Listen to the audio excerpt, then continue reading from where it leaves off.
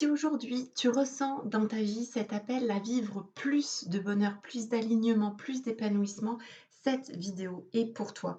Peut-être que aujourd'hui tu vois pas vraiment l'astrologie comme un outil qui pourrait t'aider dans ta démarche, mais ça m'étonnerait si tu es par là.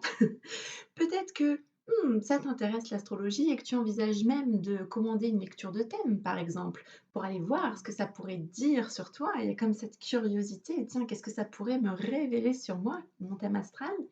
Ou peut-être que tu es déjà une accro de l'astrologie, tu es tombée dans la marmite et puis, ben, une fois qu'on est tombé dans la marmite, c'est sans fin et il y a toujours cette quête d'aller découvrir un élément supplémentaire, à explorer dans le thème ou un niveau de compréhension supplémentaire sur, des positions dans notre thème. Donc on a comme soif de pouvoir interpréter tous les mystères de notre thème. Mais si tu te retrouves dans ce cas-là, est-ce que tu exploites vraiment le plein potentiel de ton thème? C'est vraiment ce qu'on va voir aujourd'hui. Je vais te parler de ce qu'il est communément, compris du thème astral. Je vais te parler de, pour moi, dans mon approche, ce qu'il représente vraiment, le vrai pouvoir de notre thème astral.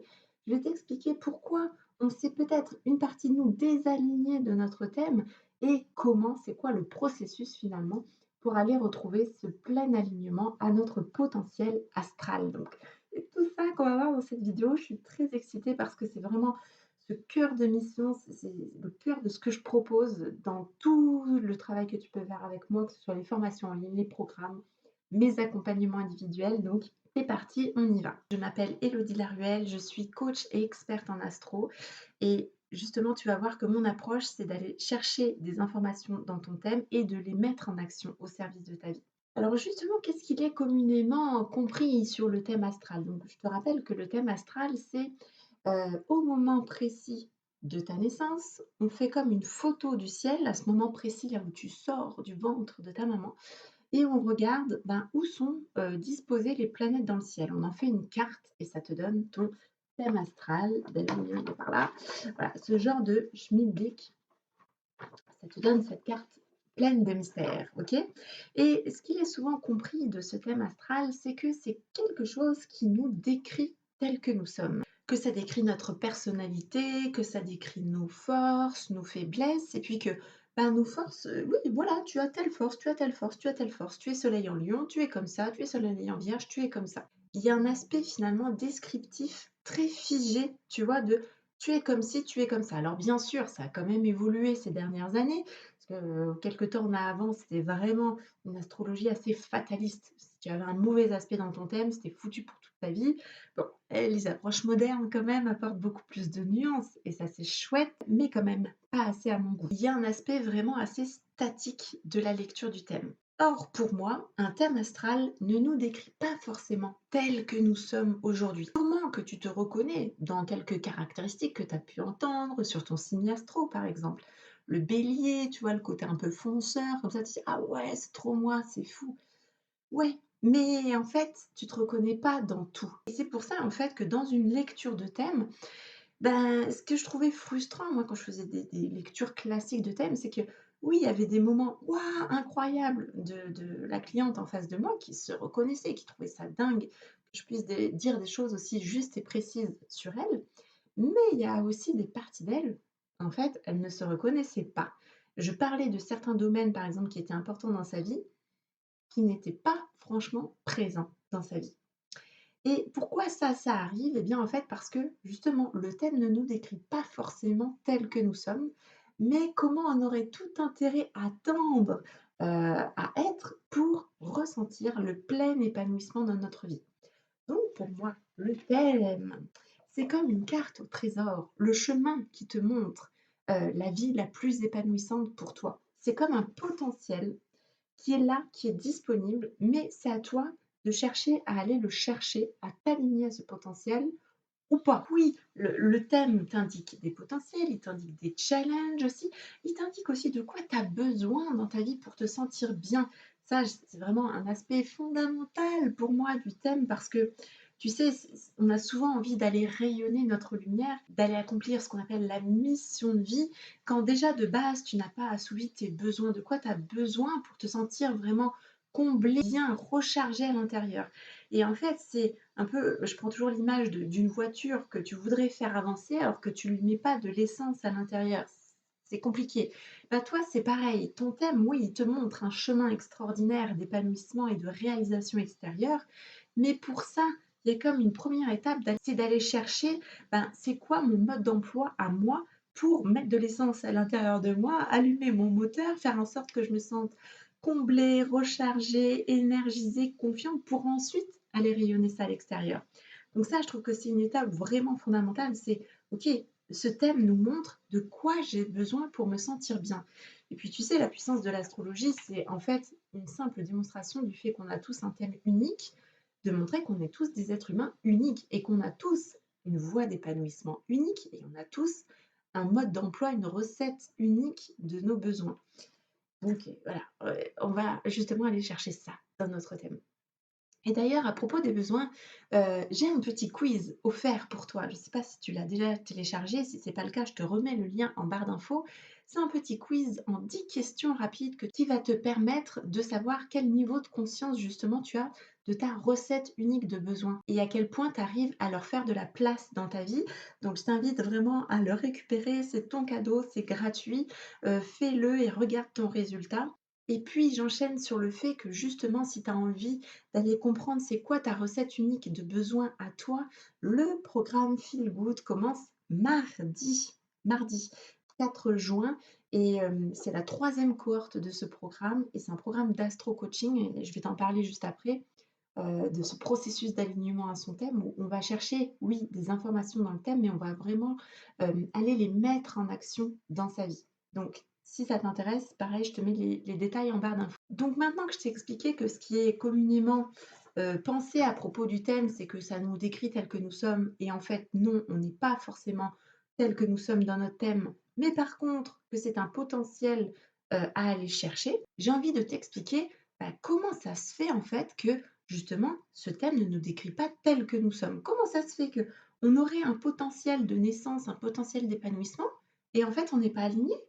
Qu'est-ce qui a fait qu'on s'est désaligné de ce potentiel-là de base qui était là comme un trésor à notre naissance? Comment ça se fait qu'on n'est pas tous pleinement alignés à notre carte natale? Parce que si je te donne un exemple, moi je suis soleil en lion. Et si je te décris bah, le lion d'une manière très figée, très statique, comme on a vu dans la première section de cette vidéo, de manière, voilà, tu es lion, donc tu es comme ci, tu es comme ça. On pourrait dire, ah, tu es lion, tu es très confiante en toi, tu es très extravertie, tu adores te mettre sur le devant de la scène.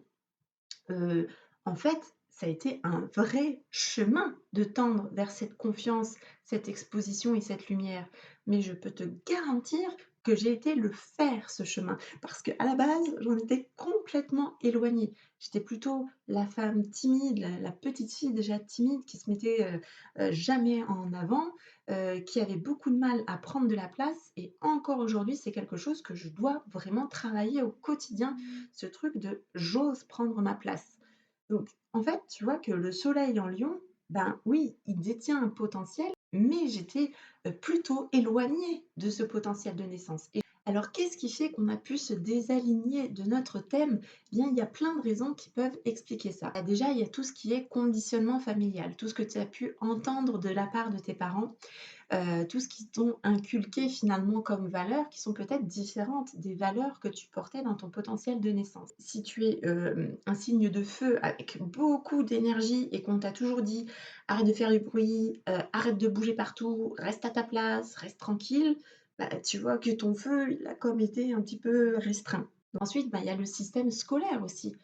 Est-ce que tu te rends compte à quel point on cherche dans le système scolaire à faire rentrer tout le monde dans des cases et la moindre personne qui apparaît un petit peu différente ou qui sort du lot, tout de suite on cherche à faire taire et rentrer dans l'eau, rentrer dans la moyenne. C'est comme une idée, je trouve que le système cherche à gommer tout ce qui fait notre singularité, à nous faire rentrer dans un moule.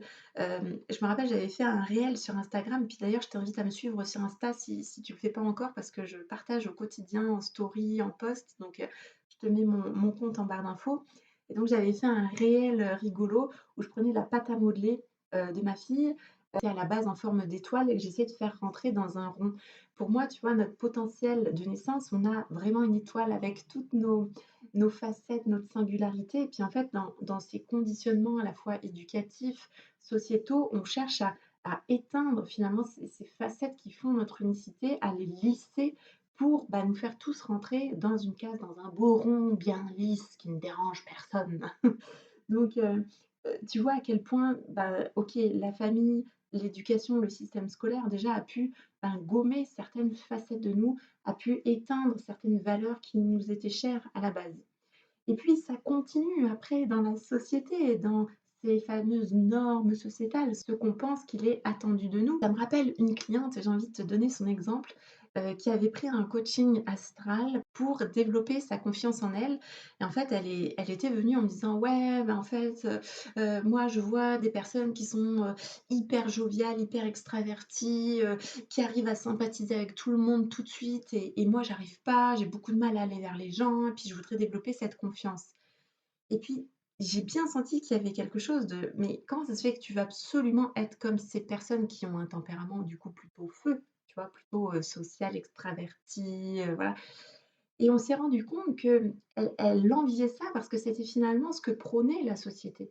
Oui, aujourd'hui, la société met beaucoup plus en avant, favorise, récompense beaucoup plus les personnes qui ont du leadership, qui sont sociales, qui communiquent aisément. Son signe astro à elle, c'était Cancer. Et en fait, on a pu faire un travail de réconciliation avec son signe Cancer. Donc, au lieu d'envier, genre, les autres, les tempéraments feu, va plutôt mettre de l'énergie à conscientiser tout ce qui fait tes super pouvoirs de Cancer. Et là, elle me dit: «Ouais, mais c'est nul le Cancer, ça sert à rien, de savoir écouter, d'être empathique, de prendre soin des autres, ça sert à rien». Mais bien sûr que ça sert! Mais le truc, c'est que c'était beaucoup moins valorisé par la société. Et à partir du moment où elle a pu conscientiser à quel point, bah, c'était des qualités extraordinaires et qu'en fait, elle enviait quelqu'un qu'elle n'était pas, simplement parce que la société, bah, prônait, valorisait plus ça. Alors qu'en fait, bah, on a besoin de tout dans la société, y compris des gens qui ont justement, cette sensibilité, ces métiers plus dans l'humain, dans l'émotion. Donc voilà, c'était juste pour te donner un exemple de à quel point des fois juste les attentes, la pression que nous met la société, qu'on veut être comme tout le monde, bah, nous déconnecte aussi de notre potentiel inné d'épanouissement, qui est contenu dans notre thème natal. Ensuite, tu vois aussi tout ce qu'on a vécu, tout ce qu'on a pu expérimenter et puis aussi tout ce qui a pu nous faire souffrir. Je vais donner un exemple de mon soleil en Lion qui a été traumatisé. J'étais petite, j'étais au primaire et j'avais dû aller, devant tout le monde à l'école pour réciter ma poésie. Donc tu vois, c'est très Lion ça, être sur le devant de la scène et faire du théâtre, raconter, enfin réciter ta poésie. Sauf que ce jour-là, alors que pourtant j'étais tout le temps première de la classe, ce jour-là, la maîtresse m'avait interrogée pile le jour où je n'avais pas appris ma poésie et ça m'a valu, d'être moquée pendant le restant de l'année scolaire. Donc en fait, tu vois qu'il y a une programmation, moi, qui a été mise de: «Oh, waouh!» Se mettre sur scène devant, sous les projecteurs, hem, devant un public égale danger, égale tu vas souffrir, égale tu vas être jugé, on va te moquer et donc ça a comme brimé mon potentiel lion de départ, tu vois? Donc tout ce que tu as vécu, expérimenté peut aussi participer à te déconnecter de ce potentiel de naissance. Ensuite de ça, bah, tu peux avoir tout un tas de croyances limitantes. Tu sais, les peurs du «qu'en dira-t-on», les peurs du jugement, les peurs d'être rejeté, les peurs de ne pas être aimé. J'ai envie de te donner une autre raison aussi qui est tout simplement le manque de connaissance de soi. C'est-à-dire moi, j'ai fait ce chemin avec mon thème justement comme guide sous les yeux et c'est ce que je fais avec mes clientes. Mais tout le monde ne fait pas ce travail d'aller se questionner sur c'est quoi mon potentiel, c'est quoi ce qui fait mes qualités, mes forces, mes talents, mais quoi ce qui fait ma différence. Tu sais, je pense que tu te reconnais là-dedans, comme quoi on est souvent dans notre vie en mode pilote automatique, en mode j'avance, j'avance, j'avance, métro, boulot, dodo, sans trop me poser de questions. Et puis j'ai envie de te donner une dernière raison, une dernière explication qui fait qu'on peut se désaligner de notre potentiel d'épanouissement astral, là. C'est aussi, bah, les différentes casquettes qu'on porte, la pression, les responsabilités. Je sais que par exemple depuis que je suis devenue maman, bah, forcément j'ai beaucoup moins de temps pour moi. J'ai une valeur liberté dans mon thème qui est très importante, forcément que ça a été challengé par le fait d'avoir 2 enfants en bas âge.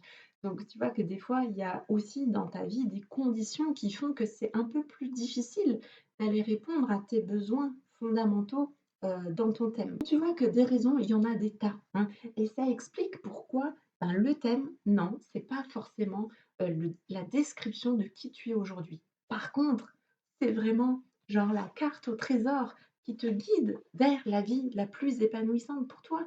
De quoi tu as besoin pour te sentir épanoui. Et une fois que tu as rempli tes besoins et que tu te ressens comblé, rechargé et que tu peux ensuite aller pleinement rayonner ton potentiel astral à l'extérieur. Donc du coup, la question qui se pose maintenant, c'est: «Élodie, tu bien gentille, mais du coup, on fait quoi?» Donc je vais te donner maintenant, ce processus en 5 étapes pour aller finalement reconnecter, se réaligner à notre thème de naissance. Première étape, c'est déjà de prendre la décision. C'est une étape, tu vas me dire: «C'est basique cette étape». Non, c'est une vraie décision. Une vraie décision que tu prends de sortir de ton pilote automatique et de te dire, de t'accorder du temps à ton agenda pour dire: «OK, je vais aller faire le job. Il est temps. J'en ai assez d'être en mode pilote automatique, complètement déconnectée de moi-même, peut-être en train de passer à côté de ma vie, peut-être en train de passer à côté de mes potentiels. Il est temps, je ne veux plus vivre une minute de plus déconnectée de mon thème astral, de mon potentiel d'épanouissement». Donc, premièrement, une décision forte pour ne pas me retrouver, à 70 ans à me dire que je suis complètement passée à côté de ma vie. Deuxième étape, tu vas pouvoir aller explorer ton thème. Qu'est-ce qui te raconte à propos de ce dont tu as besoin pour te sentir bien dans ta vie? C'est quoi tes potentiels? Donc tu vas pouvoir aller interpréter. Ah tiens, par exemple, j'ai un soleil en lion, j'ai une lune en verso. Ah tiens, les 2 sont opposés, donc il y a un petit challenge.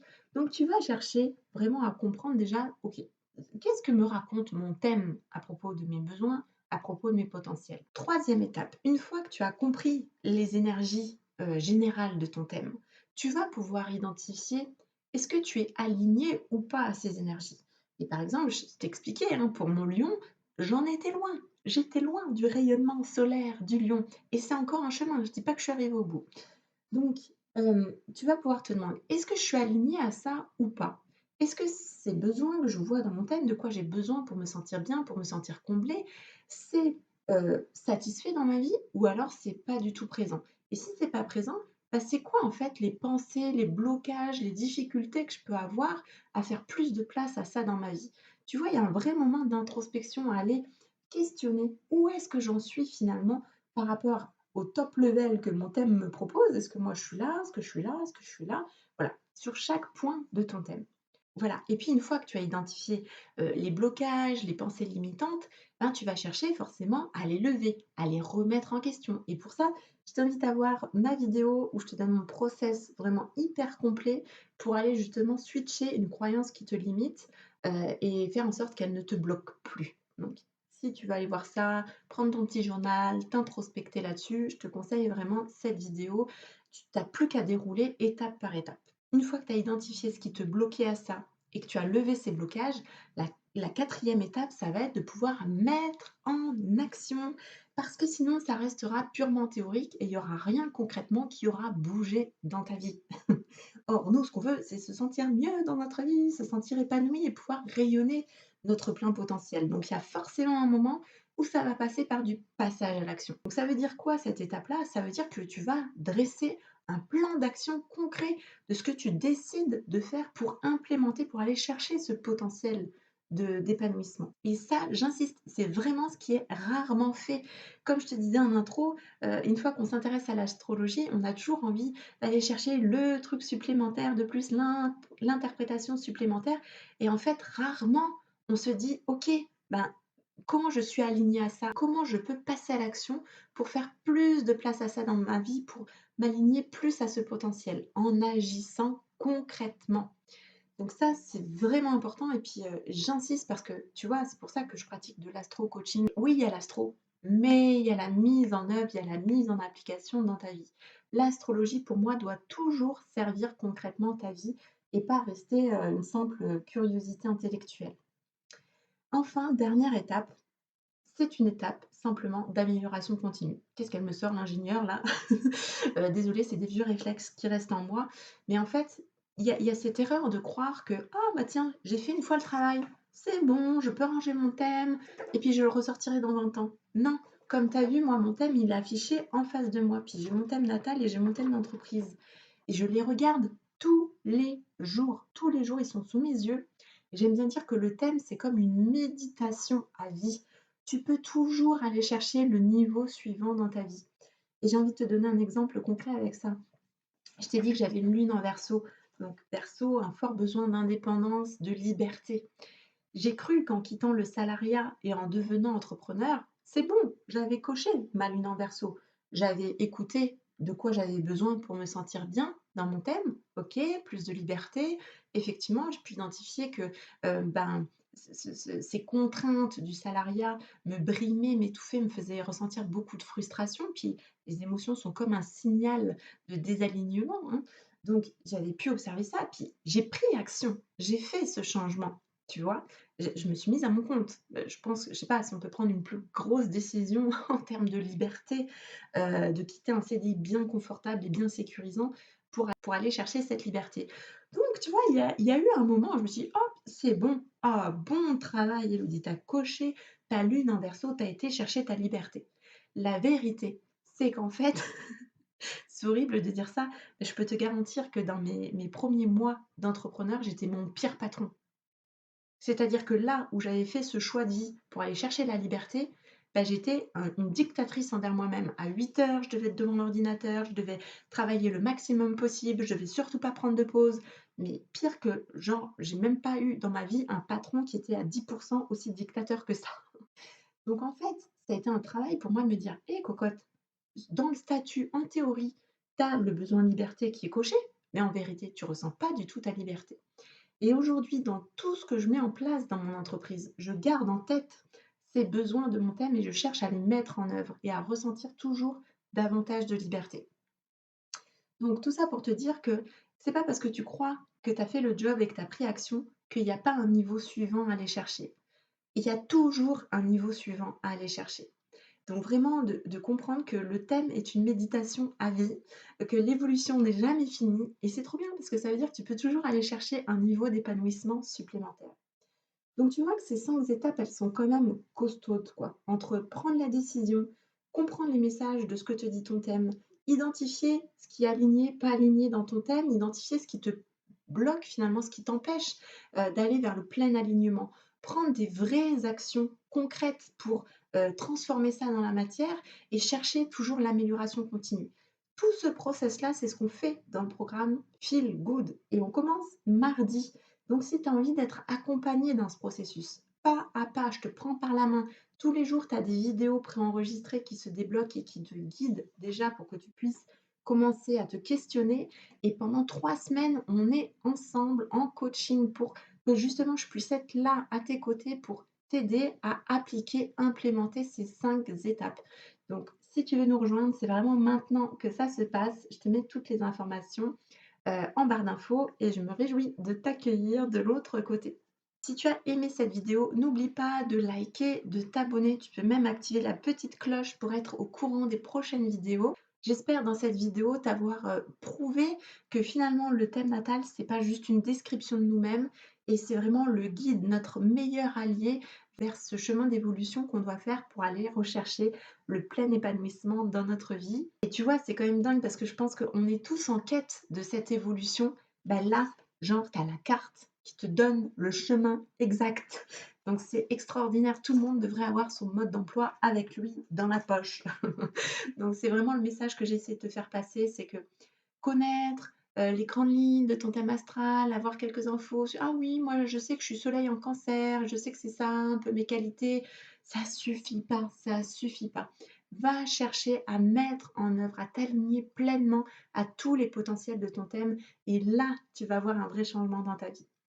J'espère que cette vidéo t'a plu. N'oublie pas encore une fois de liker si ça a été le cas, de me laisser un petit commentaire sur comment ça a résonné pour toi et on se retrouve dimanche prochain pour une nouvelle vidéo.